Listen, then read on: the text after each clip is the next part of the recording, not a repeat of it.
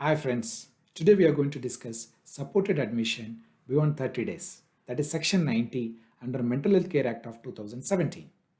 I am Dr. Suresh Padmat, Professor of Psychiatry, Head of Telemedicine Center and Head of Forensic Psychiatry Unit at NIMANS, Bangalore. Before I start my presentation, I would like to have a disclaimer. This presentation is for academic purpose and awareness only. This is not a legal opinion. If you would like to have a legal opinion, please do contact an advocate. Conflict of interest, none.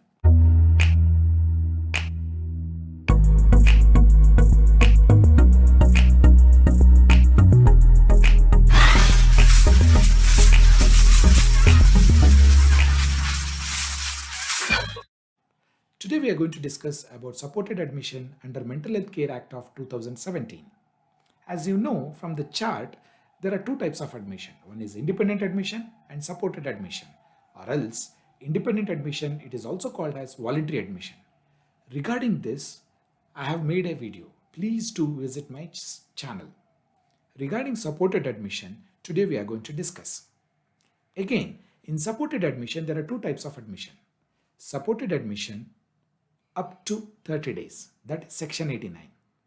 Another admission is under section 90 beyond 30 days admission. So already under section 89 supported admission up to 30 days, I have already done a video. Please do visit my channel. Coming to the section 90. So today we are going to discuss here is supported admission beyond 30 days. In this, nominated representative will request for admission in form F.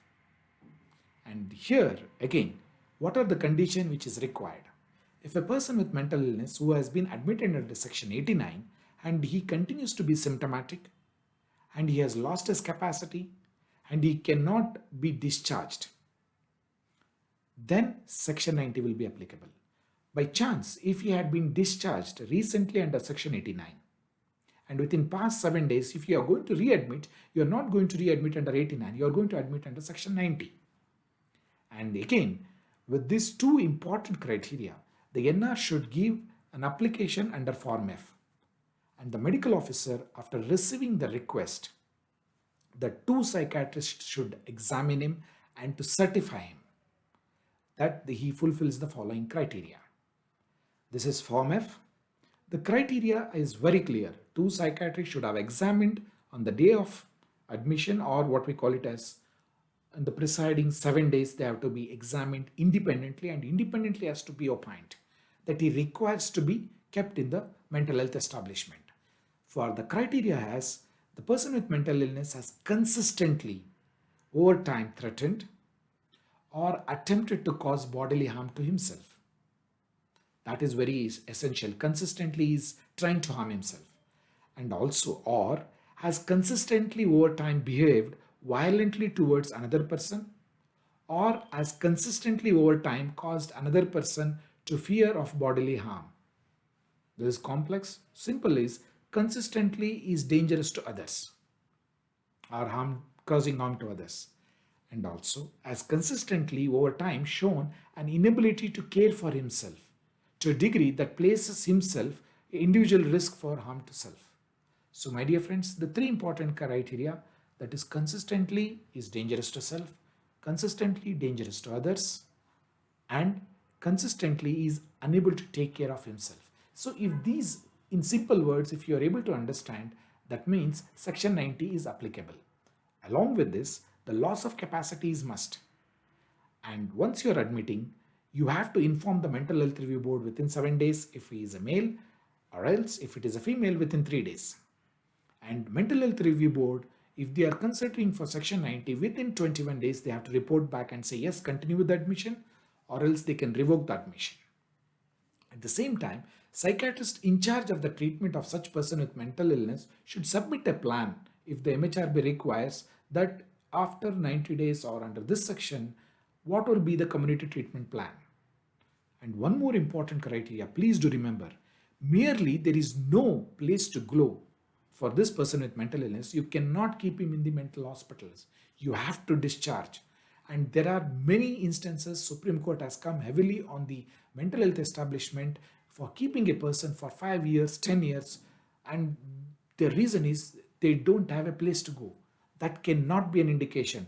This Mental Health Act of 2017 bans that. And again, admission under this section. See, under this section, it is more than 30 days. Suppose, imagine he requires for more days. For first instances, MHRB will give permission for 90 days. And even after 90 days, he needs to be inpatient. 120 days permission will be given. And if he requires further, 180 days will be repeated. But every time, MHRB should be informed. At the same time, the treatment will be as per the advance directives.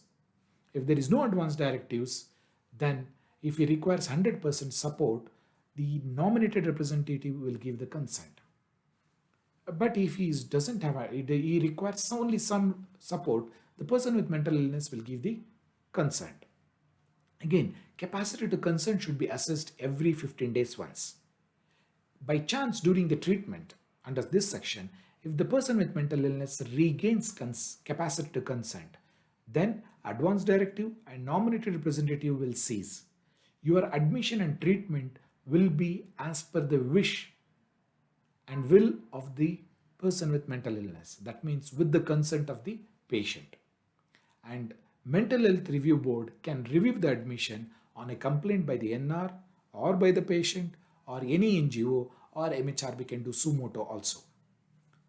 Dear friends, if you like this video, please do subscribe to my channel and press the bell icon for notification. Thank you very much for your valuable time. Please do stay safe.